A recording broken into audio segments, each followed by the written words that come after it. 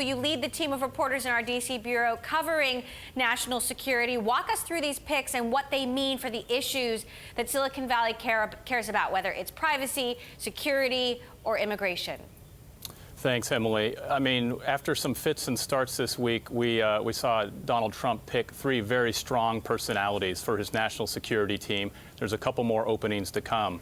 But to start with the CIA, you have Mike Pompeo, Kansas Republican congressman, really cut his teeth on the Benghazi investigations and was perhaps the harshest critic of Hillary Clinton throughout those hearings that the committee had.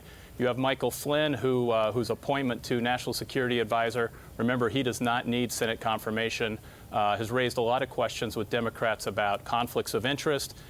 He has admitted accepting money from Russia's state-owned media outlet. He has business ties to people affiliated with the Turkish government. So a lot of questions are being raised, but there's not a lot that Democrats can do to stop that appointment.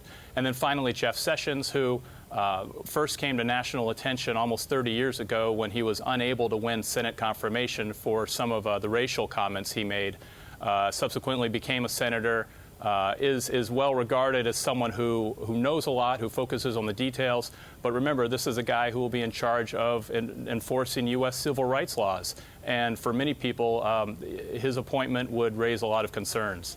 I think a lot of this will come out in the confirmation hearings. But again, with Flynn, we'll never get to that step because he doesn't require confirmation.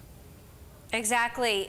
Now, with Michael Flynn, Jonathan, you actually worked with him at the Defense Intelligence Agency.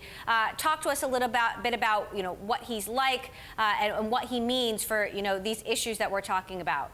Well, I didn't work directly with General Flynn. I worked with his chief innovation officer at the time in connection with how to get entrepreneurs more engaged in national security. So that's my exposure to General Flynn.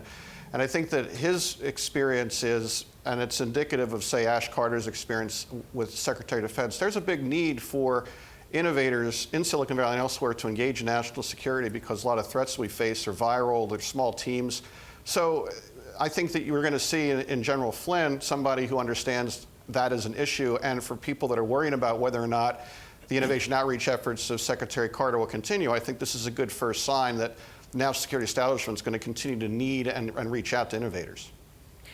Now, Bill, a lot of the conversation around Jeff Sessions has focused on potentially racist remarks made a long time ago, but he also has some very strong views on immigration. He's against a path to citizenship. He's very supportive of the wall that Donald Trump repeatedly talked about building. This is a huge issue for tech companies that rely on H-1B visas and skilled workers coming from outside the country. Does this give us any more clarity on how immigration policy under Donald Trump will play out?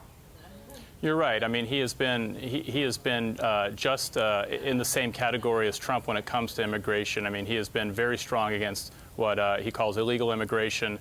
He actually defended candidate Trump during the campaign when he made comments about banning Muslims from the United States. He wouldn't defend that statement, but he did say Trump was bringing up an issue that people needed to focus on.